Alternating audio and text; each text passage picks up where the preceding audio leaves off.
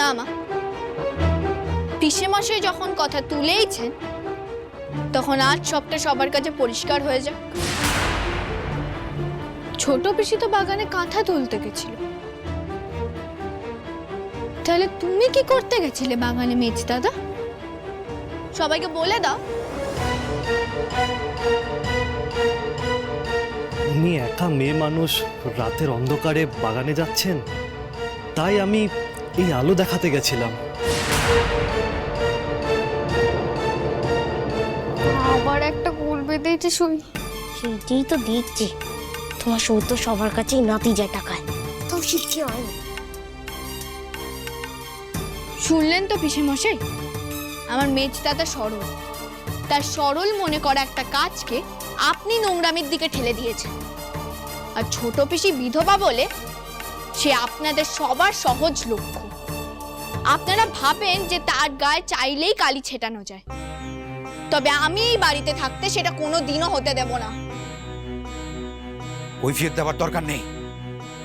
এই ছেলেকে আপনারা জিজ্ঞেস করুন ও সাবুকে বিয়ে করতে চায় কিনা, তাহলে তো দিনের আলোর মতো সবকিছু পরিষ্কার হয়ে যাবে। বলো নরেন্দ্র, তুমি কি চাও? হ্যাঁ মেজ দাদা, আজ সবার সামনে তুমি যা বলবে সেটাই শিরোধার্য হবে। তুমি বলো, তুমি সাবু ঠাকুরজিকে বিয়ে করতে চাও না চাও না?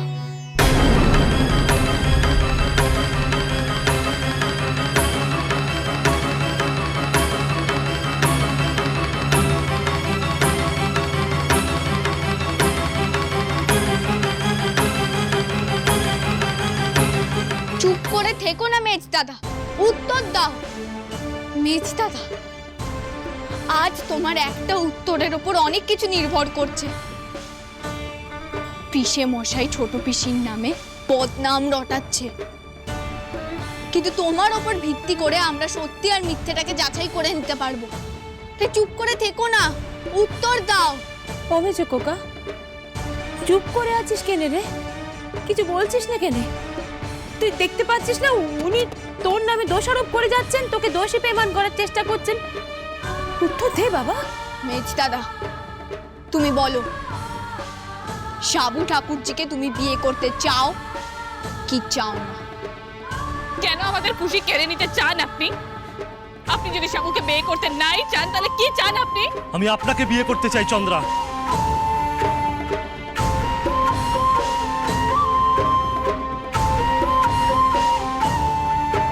নিজের মুখে বলতে লজ্জা পাচ্ছে, বুঝতে পারছো না? কি ছোট বৌদি, খুব তো আমার গায়ে হাত তুললে। এখন দেখো তোমার হবু জামাই মুখে কুলু পেটে আছে। তোমাদের তো আমাকে ধন্যবাদ দেওয়া উচিত ছিল। আশীর্বাদের আগে এই সত্যিটা সামনে নিয়ে এলাম, তা না হলে কি হতো বলো তো? পিসে মশাই যা খুশি তাই বলুক মেজ দাদা, যতক্ষণ না আমি তোমার মুখ থেকে কিছু শুনছি ততক্ষণ আমি কারোর একটা কথাও বিশ্বাস করব না।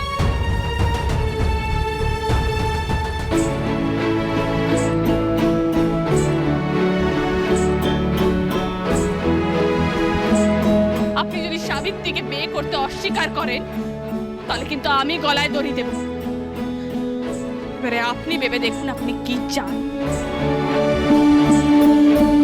আমি সাবিত্রীকে বিয়ে করতে চাই।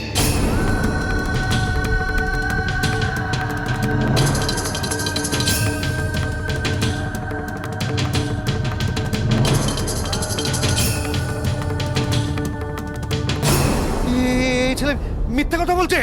চুপ! তোমার এই এক নাটক অনেক দিন ধরে দেখছি বাড়িতে আমরা। জামাই তুমি তো নিজে কানেই শুনলেও কি বললো, তারপরও মিছে অপবাদ দিচ্ছ। হ্যাঁ আমার কথা এখন ভুল মনে হচ্ছে, কিন্তু জামাই আর একটা বাজে কথা বললে খুব খারাপ হয়ে যাবে বলে দিচ্ছি। আমার উপর যদি এখনো আপনাদের আস্থা থাকে তবে আপনারা আশীর্বাদের আয়োজন করুন।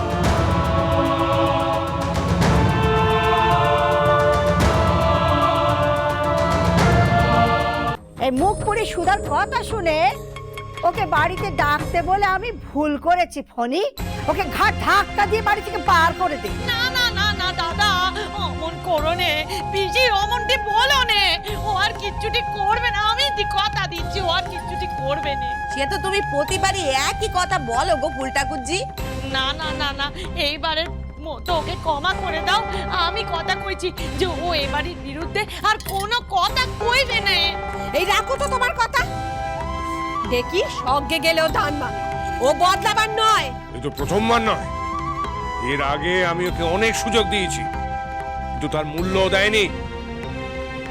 দুষ্ট গরুর থেকে শূন্য গোয়াল ভালো। এই বাড়িতে আমি ওকে থাকতে দেব না। দাদা দোয়াই তোমার অমনটি করো রে ওর সাথে। ওর কোথাও থাকার জায়গা নেই দাদা, ওর সাথে অমনটি করো নে। এই কথাটা ওর মাথায় থাকা উচিত ছিল। এই বাড়ি ছাড়া যার অন্য কোথাও থাকার জায়গা নেই, সেই বাড়ির ক্ষতি করতে চাইছে। আমার কথা কেন একবার শোনো, আমি এবারে কথা দিচ্ছি, আমি ওকে বোঝাবো। ও আর এবারের বিরুদ্ধে কোনো কথা কইবে না, ও আর কোনো অন্যায় করবে না। ওকে এ বাড়িতে থাকতে দাও দাদা, ওকে বাইরে বের করে দিও নে। আমি বলবো এই দাদার কাছে ক্ষমা চাও, ও তোমাদের সবার কাছে অফিসে ও অন্যায় স্বীকার করে নেবে গো, করে নেবে। সই সেদিনকার তুলে রাখা অস্ত্রটা আজ ছাড়ার সময় হয়ে গেছে।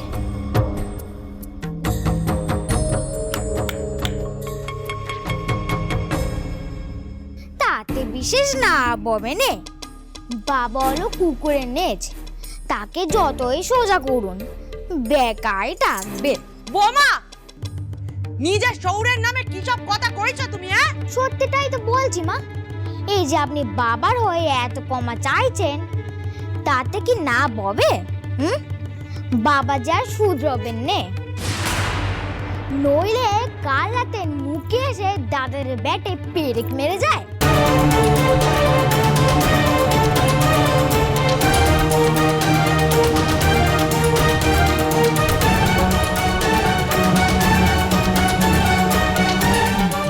মানে কাল রাতেই বাবা সবার অনককে বাড়িতে এসে দাদাদের খেলার ব্যাটে পেরেক পুঁতে গেছিলেন।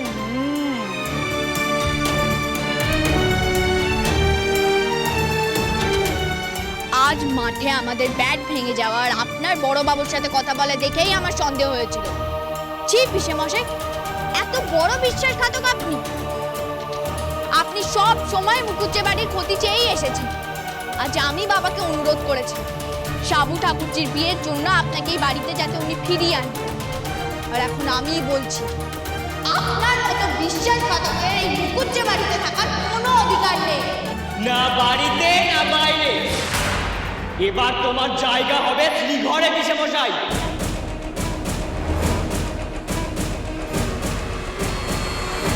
চন্দ্রকান্ত চাটুর্যে মুখুজ্জে পরিবারের সাথে টাকা পয়সার তছরূপ, কমলা মুখুজ্জেকে হত্যার চেষ্টা, মানহানি, বিনা অনুমতিতে মুখুজ্জে বাড়িতে অনুপ্রবেশ এবং ব্যক্তিগত সম্পত্তি নষ্টের অপরাধে আপনাকে গ্রেফতার করা হচ্ছে।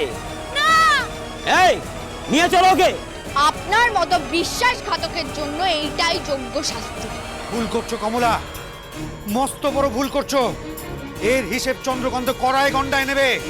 সেদিন তুমি সবচাইতে বেশি বসতে, সবচাইতে বেশি বসতে, তোমাকে সবচাইতে বেশি বসতে হবে। বিয়ান